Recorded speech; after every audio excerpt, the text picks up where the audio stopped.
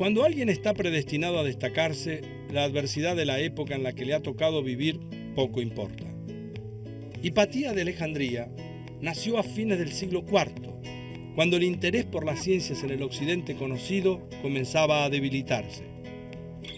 A pesar de esas circunstancias, se convirtió en la primera matemática de la historia y pudo destacarse en astronomía y en física, ciencias que abordó de la mano de su padre, el también astrónomo y matemático Theón. Hipatía hizo honor al significado de su nombre, fue la más grande. Por eso, pudo practicar la filosofía en una época en que las mujeres eran tratadas como objetos de propiedad y llegó a recibir en su casa alumnos de todo el mundo. En sus clases se convertía en una defensora acérrima del derecho a pensar, porque, decía, incluso pensar de manera errónea es mejor que no pensar. Su vida terminó trágicamente. Como ícono del razonamiento griego, fue linchada por una turba que respondía al obispo Cirilo, cuando el oscurantismo del mundo medieval cada vez cobraba más fuerza. Durante los 1000 años siguientes a su muerte, no hubo adelantos significativos ni en matemáticas, astronomía ni física en ninguna parte del mundo occidental. Por eso, Hipatía simboliza en cierta medida el fin de la ciencia antigua.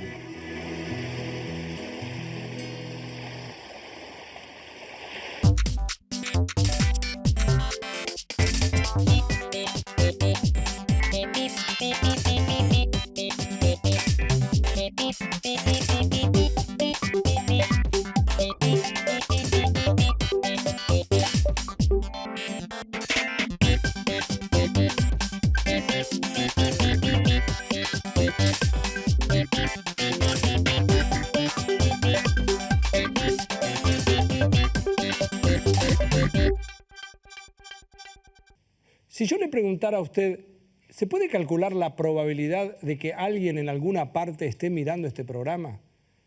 ¿Usted qué diría? ¿Se podrá estimar eso? Por supuesto, va a depender de muchos factores, de la calidad del programa, del horario en el que se emita. Es decir, hay una cantidad de variables que obviamente son o parecen ser incontrolables. Pero en definitiva voy a poner un ejemplo. Si usted estuviera en una ciudad en donde su servidor de cable estuviera proveyendo 80 opciones, o sea, usted puede elegir entre 80 canales, sería diferente que usted estuviera viviendo en una ciudad donde su servidor ofrece nada más que 30 o 20. Obviamente, si hay menos oferta, hay más posibilidades de que usted esté mirando este programa. Pero en definitiva, la alternativa que uno propone es la siguiente: ¿esa probabilidad se puede estimar? Y si se puede estimar, ¿cómo se hace? Para ver si se pueden medir las posibilidades, vamos a valernos de unos dados y partir de algunas preguntas. ¿Qué pasa si uno tira 2 dados juntos? El resultado que uno puede esperar va a estar entre 2 y 12. No puede dar otra cosa. ¿Pero qué es más probable? ¿Que salga 2 o que salga 7? Vamos a ver. El número 2 solamente se puede formar si en ambos dados sale un número 1. En cambio, el 7 se forma con un 1 más un 6, un 2 más un 5, 3 más 4, 4 más 3, 5 más 2 y 6 más 1. De la misma forma, el número 12 se forma solamente si los dos dados caen en el 6. De esta forma, el número 2 y el número 12 tienen la misma probabilidad de salir, que es baja. Si uno tira 2 dados unas 100 veces y anotamos en cuántas ocasiones sumaron 2, cuántas sumaron 3, y así con todas las sumas posibles para un par de dados, lo más probable es que el número 7 sea el que más aparece. Después va a estar seguido por el 6 y por el 8. El dibujo que aparece se asemeja a una campana, y esa campana es lo que se conoce con el nombre de campana de Gauss. Miren, el dibujo de la campana de Gauss es muy conocido. En realidad hay muchísimos libros de estadísticas en donde aparece casi como una constante. Ahora, la pregunta es, uno sabe que la campana aparece cuando uno tira los dados. Aparece también en algunos fenómenos naturales, sobre todo cuando está involucrado el azar. Ahora, en forma escondida, es como si hubiera dados distintos. Fíjense. Hagamos ahora el mismo experimento, pero con personas. Si uno midiera la altura de todas las mujeres que integran una comunidad cualquiera del país, va a tener, casi seguramente, que la mayoría anda alrededor del 1,60 m. Estas son las que aparecen en el centro de la campana. Después, hay un porcentaje menor que el anterior, pero aún importante, de mujeres que están entre 1,50 m y 1,70 m, y que son las que ocupan los costados de la campana. Y habrá muy pocas entre 1,40 m y de 1,80 m, que son las que se sitúan en los extremos. Las diferentes circunstancias que pueden modificar la altura, el peso o la presión de una persona funcionan como los dados. Le quiero proponer un experimento. Para el experimento hace falta una moneda, lápiz, papel y un poco de paciencia. Pero va a ver que es un experimento sencillo y va a aparecer en algún lugar la campana de Gauss. Lo que uno tiene que hacer es lo siguiente. Vamos a tirar la moneda 10 veces. Usted va a tirar la moneda 10 veces. Y anote de esas 10 veces cuántas veces salió cara. Si usted la puede tirar 10 veces y dice, bueno, salió 5 veces cara. Entonces anota, en esta tirada, 5 veces cara. Después la tira otra vez 10 veces y cuenta cuántas caras salieron. En función de eso vuelve a anotar. Ahora supongamos que salieron 4 caras. Entonces la primera vez salieron 5, la segunda vez salió 4. Después vuelve a tirar la moneda 10 veces y vuelve a anotar el número de caras. Y así sucesivamente sigue tirando la moneda repetidamente en tiras de 10. Cada 10 usted anota las caras, cada 10 usted anota la cara. Y así sucesivamente va a tener una lista de números. Supongamos que usted la hubiera tirado 50 veces. En 10 tiras, 50 veces de 10 tiras. Entonces usted tiene 50 números. ¿Qué es lo que tiene que hacer con esos 50 números? Usted pone en el eje de las X, o sea, en el eje horizontal, pone los números del 0 al 10. Y en el eje vertical, en el eje de las Y, pone los números del 0 al 50 porque la tiró 50 veces de 10 tiras. Entonces hace lo siguiente con esos 50 números y se fija. Los mira acá y dice, a ver, me voy a ver cuántas veces salieron 5 veces cara. Cuento a ver cuántas veces tengo el número 5 en esa tira de 50. Y supongamos que me da 14. Entonces anoto un puntito arriba del número 5, anoto en el 14. Después me fijo cuántas veces salieron 4 caras, para lo cual me tengo que fijar en la tira de 50 números que tengo, cuántos números 4 hay. Y ahora, encima del número 4, anoto entonces, supongamos que hay 17 veces. De esa forma, a uno le va a aparecer una cantidad de puntitos arriba de cada uno de los números, del 0 al 10. Una vez que uno hizo eso, inmediatamente va a descubrir que aparece la forma de una campana. Momentito, ¿la campana perfecta? No, no va a ser la campana perfecta. La campana se va a ir perfeccionando en la medida que usted, en lugar de tirar 50 veces 10 tiras, usted tire 1000 veces. Entonces la campana se va a ir aproximando cada vez más a lo que uno conoce como una campana. En definitiva, este experimento, si uno lo pudiera repetir indefinidamente, obtendría entonces sí la forma de una campana perfecta dentro de lo que significa una campana cuando uno va a marcar nada más que 11 puntos, del 0 al 10. La campana de Gauss está entre nosotros muchas más veces de las que nosotros advertimos.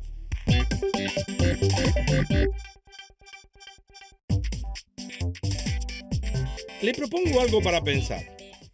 Supongamos que tiene 6 cartas de póker. Todas tienen un color diferente en el lomo y sabemos que 2 de esas cartas son reyes. Usted las numera del 1 al 6 y las pone boca abajo y elige 2 de ellas. ¿Qué le parece? ¿Es más probable que haya un rey en ese par o que no haya ningún rey?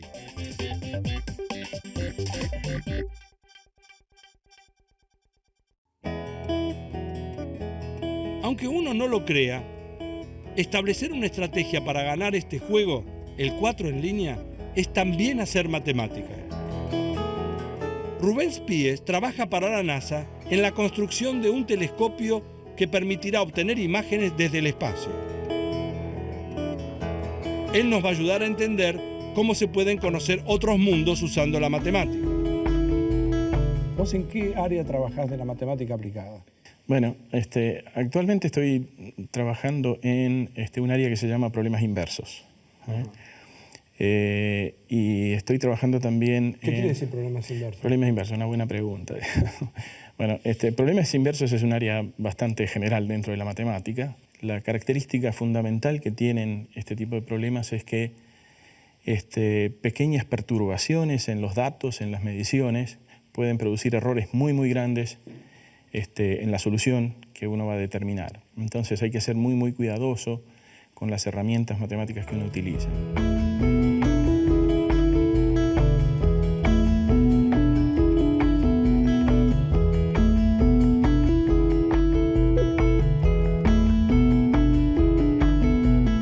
¿Cuál es tu relación con lo que se hace en Estados Unidos con la NASA? Vos te doctoraste allá, en Virginia, en el Politécnico de Virginia, trabajaste también en Minnesota. Digamos, ¿estás trabajando con ellos actualmente? ¿Tenés relación con la NASA? Sí, bueno, no, lo que yo, desde el año 2004, entre el 2004 y el 2007, sí, estuvimos trabajando con un grupo de matemáticos. En realidad el líder es un ingeniero aeroespacial del Virginia Tech, de la universidad que está en Blacksburg, en un problema que tiene que ver esencialmente con modelado y algo de control de las antenas que van a formar parte del próximo telescopio, el que va a reemplazar al Hubble, el James Webb. ¿Cuánto más grande es el nuevo con respecto al Hubble? Alrededor de 1000 veces más poderoso que el Hubble. 1000 veces más poderoso. Sí. ¿Cuándo se piensa que va a estar en órbita? La iniciativa Gossamer, que se llamaba, empieza en el año 2000. Y cuando se lanza esta iniciativa, la idea era que el telescopio esté puesto en órbita para el año 2010. Se pospuso para el año 2012 y recientemente fue pospuesto de nuevo y se espera que sea puesto en órbita en el año 2013.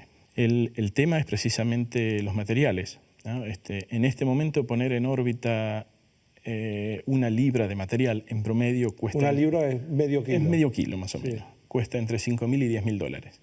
Ajá. ¿Y esto cuánto va a tener? Y hay que pensar que de hacer este telescopio con los materiales tradicionales que se están utilizando ahora, como aluminio, ese tipo de cosas, estamos pensando en más o menos, para tener una idea, el equivalente al material que uno necesita para construir un edificio de 13 pisos. Ajá. Entonces, lo cual es imposible. Imposible. Lo cual es imposible.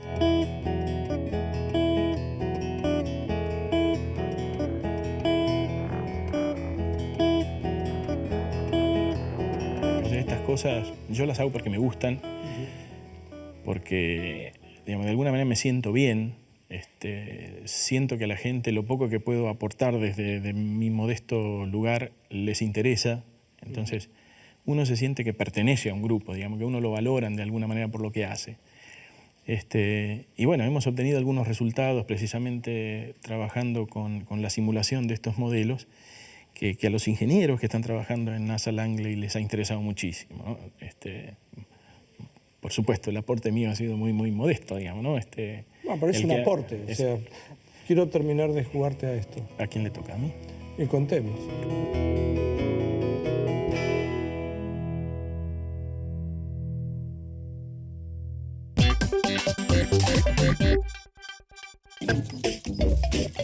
Paremos un poco. Le voy a contar una historia.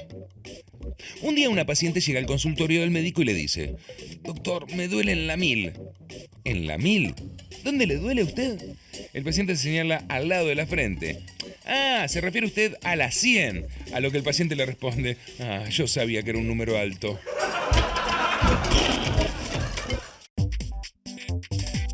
¿Ya lo pensó?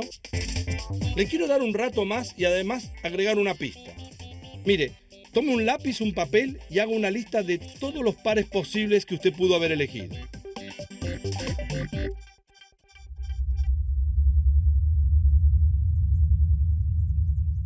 Una de las cosas interesantes que tiene la matemática es que cuando a uno le enseñan las tablas de multiplicar, no le dicen, mire, tenga cuidado, que no es lo mismo multiplicar que dividir. Hay una operación que no se puede hacer. No se puede dividir por 0. Y uno dice, ¿cómo no se puede dividir por 0? No se puede dividir por 0. Multiplicar por 0 se puede. Cualquier número multiplicado por 0 da 0. En cambio, ¿por qué no se puede dividir por 0? Fíjense, si uno tuviera, por ejemplo, el número 8 y lo quiere dividir por 2, ¿cómo hace para comprobar que da 4? 8 dividido 2 da 4, porque 4 veces 2 da 8. Es decir, uno sabe, entonces tiene una manera de comprobar si lo que hizo está bien. 8 dividido 2 da 4, porque 4 por 2 da 8. Ahora, si yo quisiera dividir 8 dividido 0, ¿qué número tendría que poner acá? Y uno dice, bueno, no sé, ponga 8. Y no puedo poner 8 porque 8 al multiplicarlo por 0 tendría que dar 8 y 8 por 0 no da 8. Bueno, ponga 0 y tampoco, porque si pongo 0 acá, 0 por 0 tampoco va a dar 8. 0 por 0 da 0. Y ustedes se dan cuenta que cualquier número que yo quiera poner de este lado como supuesta solución, cuando lo multiplique por 0 va a dar 0, nunca va a recuperar el 8. Y uno dice, bueno, no, pero hay algo que no entiendo. Entonces, ¿no se puede dividir por 0? Y quiero mostrar con un ejemplo, que eventualmente podría ser de la vida cotidiana, por qué no se puede dividir por 0. Supongamos que ustedes tienen 1.000 pesos en el bolsillo y entran a un negocio cualquiera a comprar algo. Ahora resulta que todo lo que se vende en ese negocio vale 1.000 pesos. Sea lo que sea, vale 1.000 pesos. Como uno tiene 1.000 pesos en el bolsillo, uno a lo sumo puede comprar un solo objeto, porque tiene 1.000 pesos y todos valen 1.000. Entonces entra y compra uno. Puede comprar uno. Ahora supongamos que en lugar de costar 1.000 pesos costaran 500. Y usted sigue teniendo 1.000 pesos en el bolsillo. Entonces, si usted tiene 1.000, puede comprar 2, porque valen 500. Si valieran 100, ¿cuántos podría comprar? Sigue teniendo 1.000 pesos. Si valen 100 pesos cada uno, puede comprar 10. Si valieran 1 peso, o sea, 1.000, ¿cuánto le permitirían comprar de 1 peso? Le permitirían comprar 1.000 objetos. Y si valieran, en lugar de 1 peso, valieran 10 centavos, usted podría comprar 10.000 objetos. O sea que cuanto más barato es el precio de cada uno, usted puede comprar más. Pero si llega un momento determinado en que yo le digo, mire, entre al negocio que todas las cosas son gratis. Y si todas las cosas son gratis, entonces esos 1.000 pesos no los puede repartir entre 0, porque usted, ¿qué podría hacer con las cosas que están en el negocio? Se las podría llevar todas, porque son gratis. O sea que no tiene sentido plantearse la pregunta de cuántos objetos uno podría comprar, porque se los puede llevar todos. O sea, en algún sentido, la división por 0 sería el equivalente de tratar de ver cuántos objetos uno puede comprar en un lugar donde las cosas son gratis. Entonces no importa cuánta plata tenga uno en el bolsillo, en principio se las podría llevar todas. Entonces, para que a uno le quede en la cabeza bien marcado y para poder pensar después, no se puede dividir por 0. Si alguien le dice, ¿cuánto es tal cosa dividido por 0? No se puede dividir por 0. La criptografía y la informática recorren un camino de la mano de la matemática. Y para descubrir este mundo apasionante, nos acompaña un especialista, Hugo Skolnick. Hugo, decime, ¿qué es la esteganografía? Qué difícil la palabra. Esteganografía, ¿qué es? Bueno, la idea básica es ocultar un mensaje dentro de otro. Ocultar un mensaje dentro de otro. Que aparentemente es inocente. Perdón, ¿hay una diferencia con encriptarlo? ¿O es una forma de encriptar? Es una forma de encriptar y es una forma de ocultar. Son las dos cosas. Por ejemplo, durante la Segunda Guerra, lo que utilizaban mucho los alemanes era escribir un documento, hacer microfotografía, una muy chiquitita, lo reducían prácticamente a un punto. Ese punto se lo ponía como punto de una I. Ajá. En una carta común y corriente. El que sabía que había un mensaje tenía que encontrar el punto S, tener una ampliadora y luego recuperaba el mensaje. Pero realmente lo que estás diciendo es la realidad. O sea, se reducía a un punto, una carta o un papel, claro, una hoja, digamos. Una hoja, exactamente. Ajá. ¿Cuáles son las versiones modernas, mucho más sofisticadas? Es más, se supone que Bin Laden lo estuvo utilizando, Al-Qaeda. Ajá. Lo que se toma es una foto. Vos tomás, por ejemplo, una foto de tu perro, digamos, sí, ¿no? Sí. Entonces, ¿cómo generamos el color en una foto? Bueno, es un código de 24 numeritos binarios, ¿no? De dígitos binarios. Sí. Entonces, si nos ponemos de acuerdo que el segundo dígito binario de cada punto es el que vale. Sí. O sea, yo tengo 24, una lista, una tira de 24 ceros y 1. ¿Sí? Sí. Tengo una tira de 24 ceros y 1. Y vos me decís que yo siempre voy a elegir el segundo. Por ejemplo. Bueno, por ejemplo, ok. De varias tiras, nos ponemos de acuerdo vos y yo. De todas las fotos, si querés. De todas las fotos. De todas las fotos, ¿no es cierto? Entonces, si originalmente era un 1, no hiciste nada. Si era un 0, lo cambiaste por un 1, realmente el cambio en color es imperceptible para el ojo humano. Sí. Entonces vos tomás la foto, recuperás los 24 que hay para cada puntito, cada píxel que se llama de la fotografía, sacás son los unos y ceros y esa codificación te va a dar un mensaje. Y eso se usa. Se usa. Entonces, la idea es disimular un mensaje dentro de otro. Ahora, y eso tiene muchas maneras. Pero ahora alguien tiene que estar muy atento para saber, porque la forma parece inviolable.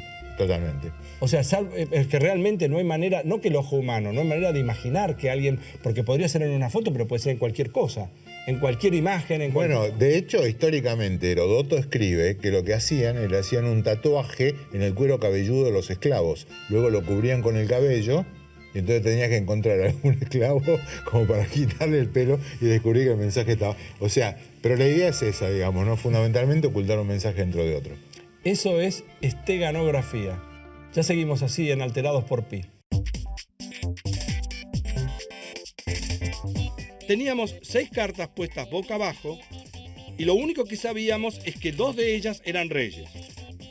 Queríamos saber también si uno elige 2 cualesquiera al azar, era más probable que entre las 2 hubiera un rey o que no hubiera ninguno. De las 15 parejas posibles para elegir, hay 9 que tienen al menos un rey y solo 6 que no lo tienen.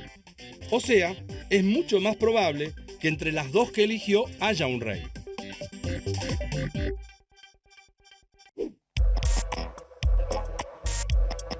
Basura electrónica. ¿Qué hacemos con tantos desechos electrónicos? Las 100.000 toneladas de basura electrónica que genera anualmente nuestro país las podríamos acomodar en 3.543 containers de aduana, los que apilados alcanzarían los 8.500 metros de altura. Algo así como 127 obeliscos, uno encima del otro. En el mundo, la producción de basura electrónica supera los 35 millones de toneladas, por lo que uno necesitaría 1.239.816 containers para que ni un mouse nos quedara sin guardar. Y apilados, podríamos construir 6.048 torres de containers de 492 metros, que es más o menos la altura que tiene el Shanghai World Financial, uno de los rascacielos más altos del mundo. Si se desparramaran los contenedores de la basura electrónica mundial, los 20 kilómetros cuadrados del partido de Lomas de Zamora desaparecerían debajo de ellos.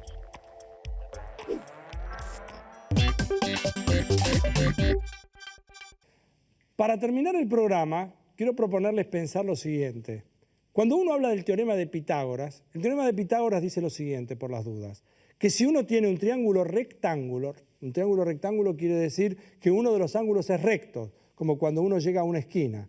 Entonces, si uno tiene un triángulo rectángulo, dice el cuadrado de la hipotenusa, o sea, el cuadrado quiere decir multiplicar la longitud por sí misma. El cuadrado de la hipotenusa es igual a la suma de los cuadrados de los catetos. Ahora, frente a eso, el teorema afirma, si usted tiene un triángulo rectángulo y uno calcula el cuadrado de la hipotenusa, ese cuadrado de la hipotenusa tiene que ser igual a la suma de los cuadrados de los catetos. Por otro lado, uno podría decir al revés. Y si yo tengo un triángulo en donde hago las cuentas, no sé todavía si el triángulo es rectángulo o no, pero yo hago las cuentas y descubro que cuando hago el cuadrado de la hipotenusa, de pronto me doy cuenta que si sumo los cuadrados de los catetos, me da exactamente igual. ¿El triángulo con el que empecé es rectángulo? O sea, es un problema distinto. Pitágoras dice, si el triángulo es rectángulo, le va a pasar esto. El cuadrado de la hipotenusa es igual a la suma de los cuadrados de los catetos. Al revés, digo yo. Y si yo tengo un triángulo en donde calculo el cuadrado de la hipotenusa, calculo la suma de los cuadrados de los catetos y me da igual. ¿El triángulo con el que empecé es rectángulo? La respuesta es sí. Y se llama el recíproco del teorema de Pitágoras. ¿Y por qué lo cuento con este énfasis? Porque este teorema se usaba hace 300, 400 años cuando no había escuadras.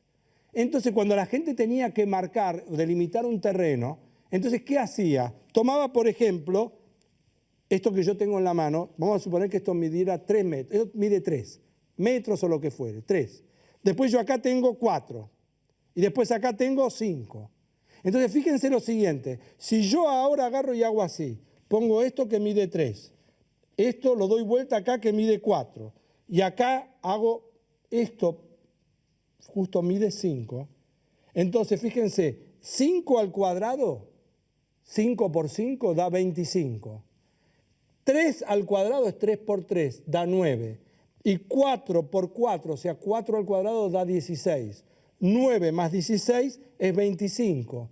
¿Qué es lo que dice esto? Es que si una persona eligió una soga y esto mide 3 y acá lo para, después da vuelta y pone esto que mide 4 y acá pone otro clavo y hace así y esto mide 5, lo que encontró acá con el recíproco del teorema de Pitágoras es que este ángulo que le quedó marcado acá es recto, con lo cual este triángulo es rectángulo.